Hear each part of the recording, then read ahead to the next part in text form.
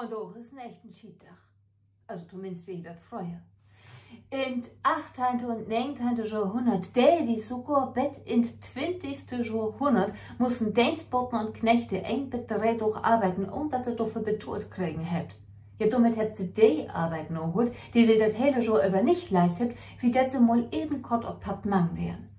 Das so 9. Schiedtag hätte sie schon mal an Ende von Jahr Foken am 29. Dezember leist. Was?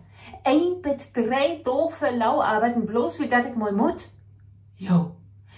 Minst 5 Mal für die Lütte und 1 Mal für das große Geschäft mut der Deutsche auf dem Lokus. Regt in dat Tosum, denn südheit dauer so immer und bi ein Viertelstünde, wenn nicht sogar eine halbe Stunde lang rum.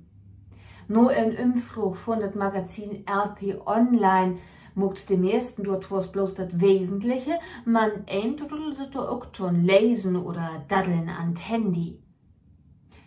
Ach und Plan B, wenn je mit graude Geschäft sind, dort dürft ihr nicht noch pressen, was in dem Magazin Lifeline steht, du flutscht, dass man bloß so von selbst, wenn der Enddorm voll ist. Wenn du da nur noch extra an Pressen bist, kannst du bloß mal Läschen kriegen als Analfissuren oder Hämorrhoiden oder Staulinkontinenz. Und den Schied kannst du nun echt nicht brucken, ne?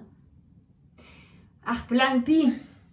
Für das Putzen achter no, du macht der Deutsche sonderlich gern 3 kuschelwecke Locken in der Unschuldsfarbe Witt. Ja, ist auch logisch, ne? So kannst du am besten das ein von der anderen unterscheiden.